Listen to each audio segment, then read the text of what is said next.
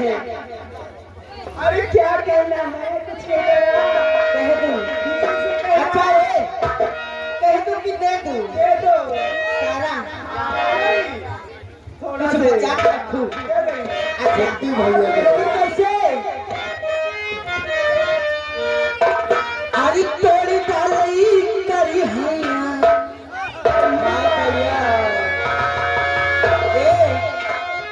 याद है जब हमारे राजू भैया बाटे, राजू भैया कैमरा वाले जो बाटे मारे हाथ तोड़ के बहाई गए हैं एकदम से।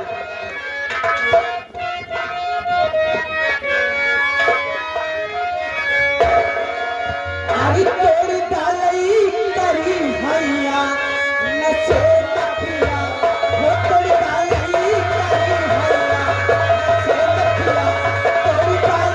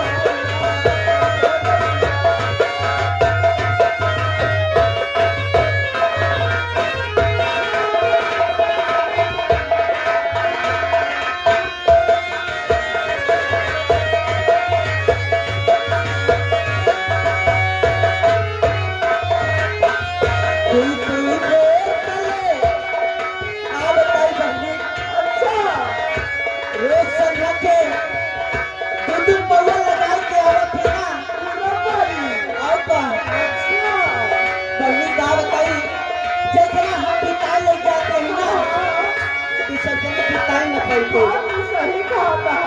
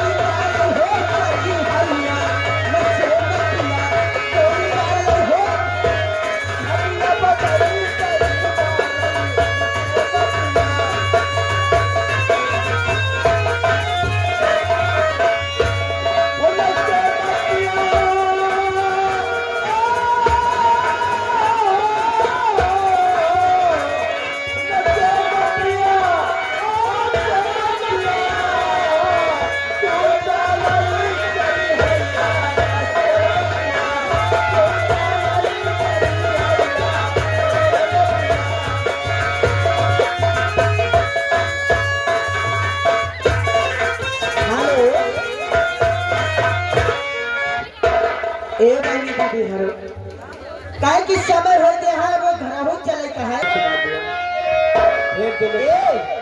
लेकिन चलते चलते कहना क्या है? ए दीदिया थोड़ा लाइन में लगो। अभी तो पिक्चर शुरू हुई है, फिल्म अभी बहुत बाकी है।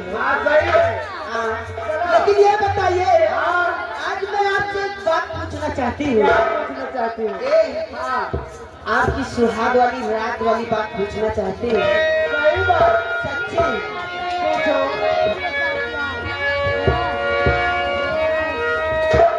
अरे सखी हो बतावा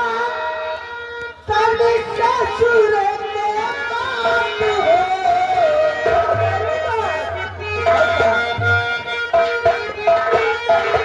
अरे कैसे कटा